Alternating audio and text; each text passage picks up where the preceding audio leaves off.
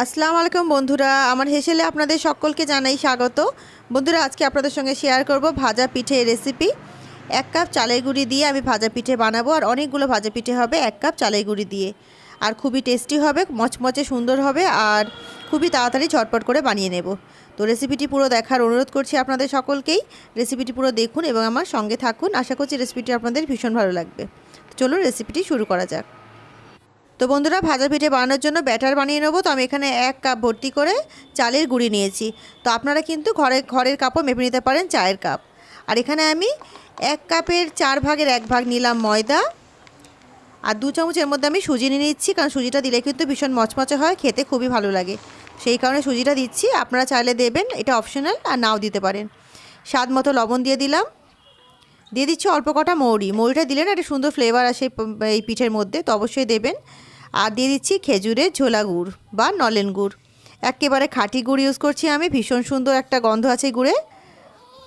তো এটাকে দিয়ে ভালো করে মাখিয়ে নিতে হবে। দিয়ে দিচ্ছি উষ্ণ গরম জল দিয়ে কিন্তু ব্যাটারটাকে সুন্দরভাবে মাখিয়ে নেবেন। গুড় দেওয়ার পরে উষ্ণ গরম জল দিয়ে সুন্দর করে ব্যাটারটাকে মাখিয়ে সুন্দর একটা স্মুথ ব্যাটার তৈরি করে নিতে হবে।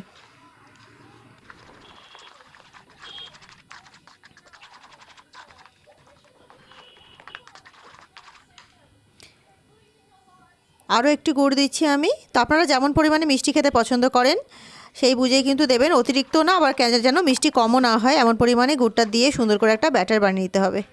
তো দেখুন, ব্যাটার কিন্তু আমার একেবারে রেডি হয়ে গেছে। খুবই সুন্দর স্মুথ একটা ব্যাটার হয়েছে। দেখিয়ে দিচ্ছি কেমন থিকনেসটা হয়েছে, দেখে নিন ভালো করে। তো বন্ধুরা, আশা করছি বোঝাতে পেরেছি কেমন থিকনেসটা আমি রেখেছি ব্যাটারের মধ্যে। তো এটাকে এখন আমি ঢেকে দেবো। ঢেকে এটাকে 10 মিনিট মতো রেখে দেবো রেস্টে, আর তারপরে এটাকে দিয়ে পিঠে ফ্রাই করব। তো বন্ধুরা, তেল গরম হয়ে গেছে, একটা একটা করে পিঠে ফ্রাই করে নেব। এই পিঠেটা কিন্তু পুরো ছাকা তেলেই ভাজতে হয় বন্ধুরা, তবে কিন্তু বেশি ফোলা ফোলা হয়। কিন্তু আমি খুব বেশি তেল এখানে ইউজ করছি না, কারণ অতিরিক্ত তেল ইউজ করলে না সেই তেলটা আর রিউজ করা যায় না, আমার ভালো লাগে না, সেটা আনহেলদি হয়ে যায় না। সেই কারণে কিন্তু আমি বেশি তেল ইউজ করি না। তো অল্প তেলেই ভাজার চেষ্টা করছি, কিন্তু পিঠেগুলো খুবই সুস্বাদু হবে এবং খুবই টেস্টি হবে এবং ফুলবে। দেখুন, এইভাবে ওর থেকে তেলগুলো লুচি যেরকম ভাজি না, ওরমভাবে একটু দিয়ে ভাজতে হবে পিঠেগুলো।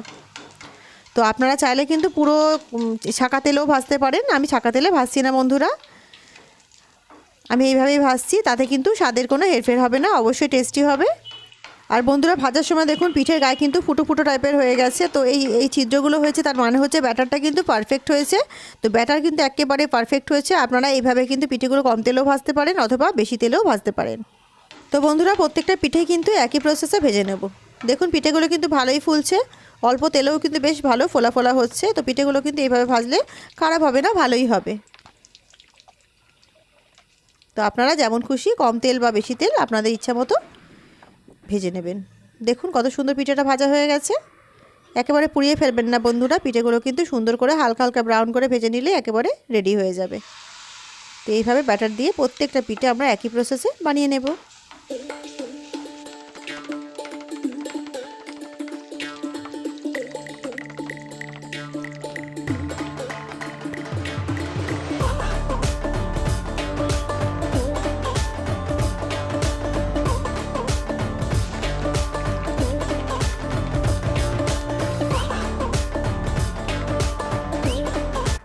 তো বন্ধুরা, দেখুন 1 কাপ চালের গুঁড়ি দিয়ে কিন্তু কতগুলো পিঠে তৈরি হয়ে গেল। আর এগুলো কিন্তু খেতে ভীষণ টেস্টি। একেবারে নলেন গুড় দিয়ে বানিয়েছি, টাটকা গুড় দিয়ে বানিয়েছি। তো অবশ্যই এইভাবে করে খাবেন বন্ধুরা, আশা করছি ভীষণ ভালো লাগবে রেসিপিটা। আর দেখুন, একটা আমি ছিঁড়েও দেখিয়ে দিচ্ছি, ভেতরে কত সুন্দর হয়েছে। ভেতর দিয়ে কিন্তু ভালোভাবে কুক হয়েছে পিঠেগুলো। দেখুন কত সুন্দর ভিতরে ফাঁপা হয়েছে। তো এটা কিন্তু কম তেলে ভাজলেও পিঠেটা পারফেক্ট হয়েছে বন্ধুরা।